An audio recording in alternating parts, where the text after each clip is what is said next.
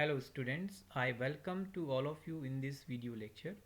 In today's video lecture, we will prove an important theorem which is known as the Darboux theorem.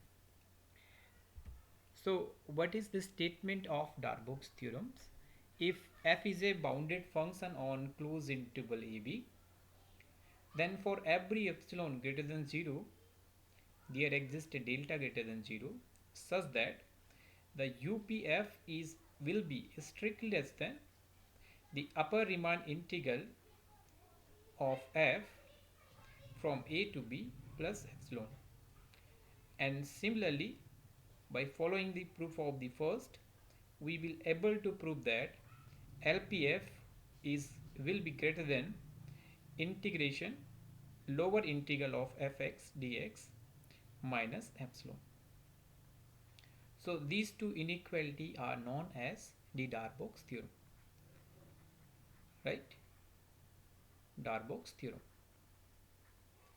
So as we know that as we have given here f is bounded,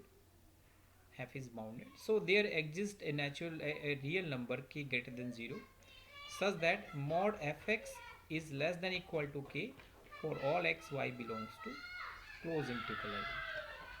Again, since the upper integral is the greatest lower bound of the set of upper sums, or we can say that it is infimum of the set of all upper sums, therefore to every epsilon greater than 0 there exists a partition, say P1, and P1 we define like x0 x1 up to xp of closed interval AB such that UP1F will be strictly less than integration a to b f dx plus epsilon by 2, because the upper integral is the infimum of UPF. That means if we add a small amount in the infimum of this upper Darboxian, then definitely we will get a partition corresponding which the UP1F will be less than the this value, right? Now the partition P1 has P1 minus 1 more points besides x naught is equal to a and xp is equal to b.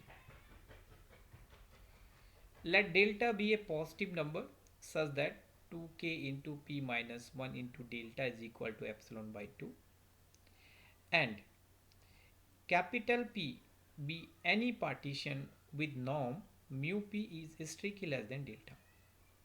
We suppose this. We also suppose that capital P star is a refinement of P partition and P1 partition, so that P star is equal to P union P1, right? As P star is a refinement of P and having at most P minus 1 more points than the partition capital P, therefore we get the UPF minus 2k into p minus 1 into delta less than equal to UPF UP star f. But UP star f is always less than equal to UPF because this is the refinement of this partition, right?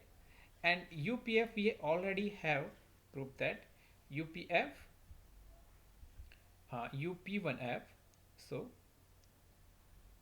and UP1F is less than strictly less than integration a to b f dx plus epsilon by 2, right? So from here we get UPF is equal to integration a to b fx dx epsilon by 2 and plus this value is again equal to epsilon by 2. From here you can see. So if we take this value in the right hand side, so we get this is plus epsilon by 2.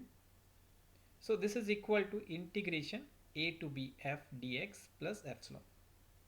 So UPF is less than equal to strictly less than integration a to b f dx plus epsilon. So here, hence we prove that UPF is strictly less than integration a to b fx dx plus epsilon for any partition with norm mu p is strictly less than delta. And similarly, following the proof of this, we can prove the second part of this theorem. Similarly, we can prove for LPF is greater than integration a to b f dx minus epsilon, right? Here are important to note that in the definition of infimum also lead the fact that UPF is strictly less than integration a to b f dx plus epsilon. But this implies that for every epsilon greater than 0, there exists at least one partition capital P with this property.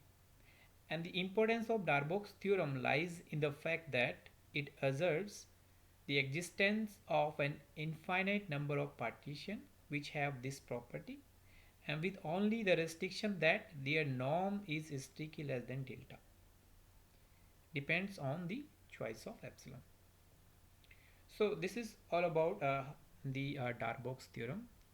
And in the next video lecture, we will prove the necessary and sufficient condition for the Riemann integration of a given function.